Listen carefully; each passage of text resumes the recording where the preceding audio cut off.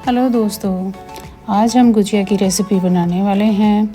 तो यहाँ मैंने 500 ग्राम मैदा लिया है और इसमें लगभग 1 बड़ा चम्मच घी डाल लिया है। घी डालने के बाद हम अपने मैदा को धीरे धीरे हाथ से मलेंगे ताकि घी इक्वल मिक्स हो जाए। आप घी या रिफाइंड भी डाल सकते हैं, पर अगर आप घी डालेंगे तो आपकी गुजिया अच्छी और खस्ता बनेगी।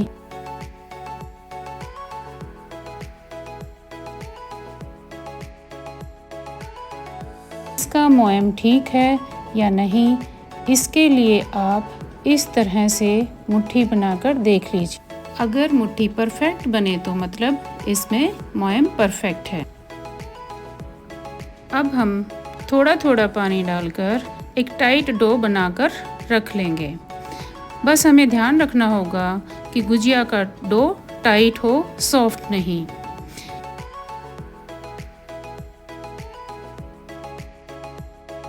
इस तरह से मैंने पूरे मैदे को इकट्ठा करके उसका एक टाइट डो बना लिया है। अब हम इसे गीले कपड़े से ढक कर 10 से 15 मिनट के लिए रेस्ट करने देंगे। अब हम गुजिया की स्टफिंग तैयार करेंगे। यहाँ मैंने 1 कटोरी सूजी ली है। इसमें 1 से 2 चम्मच घी डालकर हम इसे भूनेंगे। अब हम इसे धीरे धीरे हिलाते रहना होगा जब तक इसका कलर चेंज ना होने लगे। यहाँ हमने इसका कलर हल्का ब्राउन करना है। मेरी सूजी तैयार है। अब हमने इसे एक बर्तन में निकाल लिया है। आप चाहें तो स्टफिंग में सिर्फ सूजी और मावा डाल सकते हैं और चाहें तो कोकोनट के साथ स्टफिंग बना सकते हैं। तो मैंने यहाँ घर का एक कोकोनट ग्रेट किया हुआ लिया है, 1 कटोरी। तो अब हम इसे भी थोड़ा भून लेंगे। हल्का ब्राउन होने पर हम अपने कोकोनट को सूजी में डाल देंगे।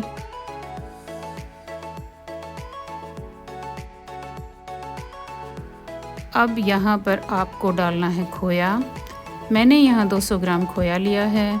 अब हमें इसे इस तरीके से धीरे धीरे हिलाते हुए सेकना है। हमें यहाँ इसे हिलाते रहना होगा जब तक खोया बर्तन ना छोड़ने लगे।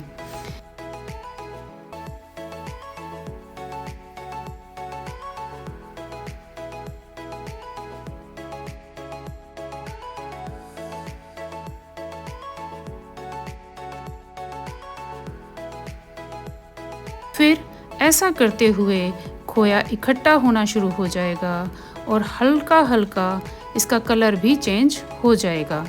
तब हम इसे भी अपनी सूजी और कोकोनट के साथ डाल देंगे।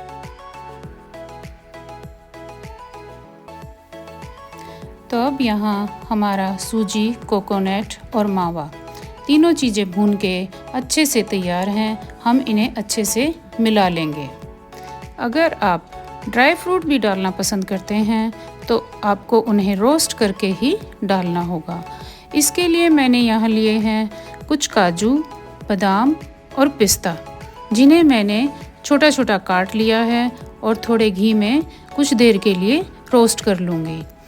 अब हमारे ड्राई फ्रूट्स रोस्ट होने के बाद हम इन्हें अपने स्टफिंग के मिक्सचर में डालकर अच्छे से मिला लेंगे।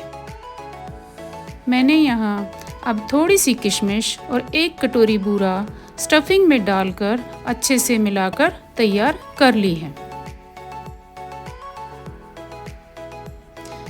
तो चलिए अब हम अपने डो को भी देख लेते हैं। तो अब हम अपने डो को 5-6 मिनट तक अच्छे से मल लेंगे।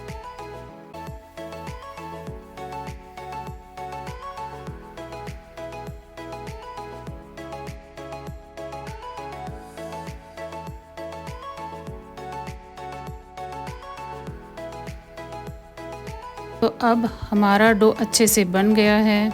हम मैदे को रोल करके इसकी बराबर बराबर छोटी छोटी लोई काट कर रख लेंगे। फिर इसे अच्छे से गोल करके हम बेल लेंगे। मैं आपको गुजिया मोल्ड के साथ और बिना मोल्ड के यानी ट्रेडिशनल तरीके से भी बनाकर दिखाऊंगी। बेलते टाइम आपको ध्यान रखना होगा कि ना तो ज़्यादा मोटी हो और ना ज़्यादा पतली हों।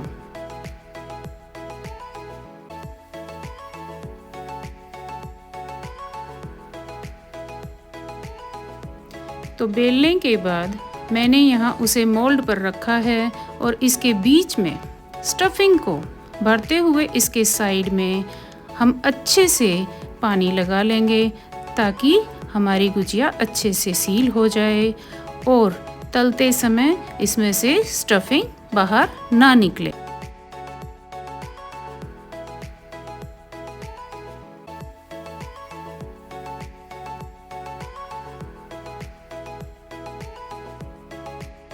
तो मोल्ड को बंद करते हुए हम इसमें से एक्स्ट्रा आटा हटा देंगे और अब यह है मोल्ड वाली गुजिया।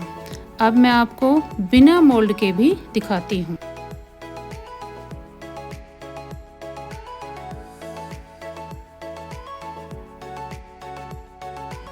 अब हम बिली हुई रोटी को हाथ में लेकर उसके बीच में लगभग 2 चम्मच स्टफिंग भर लेंगे और उसके साइड्स पर पानी लगाते हुए उसको अच्छे से बंद कर लेंगे।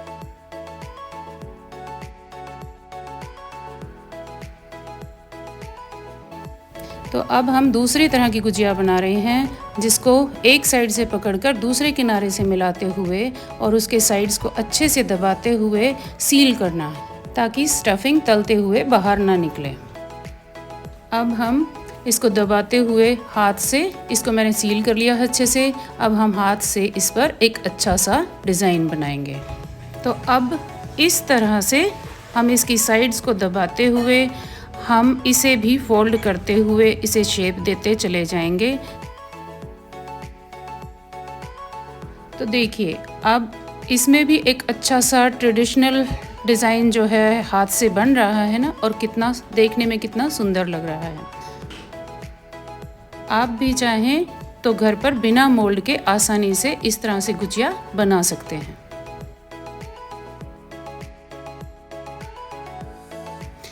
देखिए तो तैयार है ये हमारी हाथ से बनी हुई ट्रेडिशनल डिज़ाइन की एक गुजिया।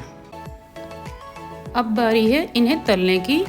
अब मैं इसमें अपनी गुजिया डालूंगी क्योंकि घी गर्म हो गया है। अब इन्हें आराम से मध्यम आंच पर हम तलेंगे और एक बार में कम से कम 4 से 5 गुजिया हमारी आराम से आ जाएंगी।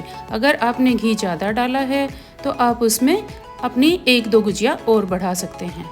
ध्यान रहे अब हम इन गुजिया को थोड़ी देर हिलाएंगे नहीं, ना ही इन पे कड़छी लगाएंगे और थोड़ी देर में हम इन्हें आराम से एक एक करके धीरे धीरे पलटते जाएंगे।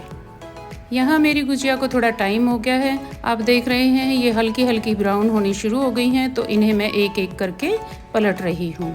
आप देखेंगे कि जो है मेरी गुजिया दूसरी साइड से भी अच्छे से पकनी शुरू हो गई हैं और मैं इन्हें लगातार हिलाते हुए पका रही हूँ क्योंकि आप देखिए कितना सुंदर कलर आया है। बस आपको ध्यान रखना होगा कि आपकी आंच जो है वो तेज़ ना हो। देखिए अब मेरी सारी गुजिया बनकर तैयार हैं। उनमें एक अच्छा सा कलर आ गया है। मुझे यही कलर पसंद है क्योंकि मैं इसी कलर की गुजिया खाना पसंद करती हूँ। और मेरी सारी गुजिया बनकर अच्छे से तैयार हुई हैं, सिर्फ एक गुजिया को छोड़कर, क्योंकि उसमें एक मोटा सा बबल्स आ गया था जो मैंने मोल्ड से बनाई थी। मैंने आज यहाँ बिना चाशनी की गुजिया बनाई हैं। आप मुझे कमेंट बॉक्स में कमेंट करके ज़रूर बताइएगा कि आप इस होली पर क्या बना रहे हैं। तब तक के लिए एंजॉय कुकिंग, हैप्पी होली।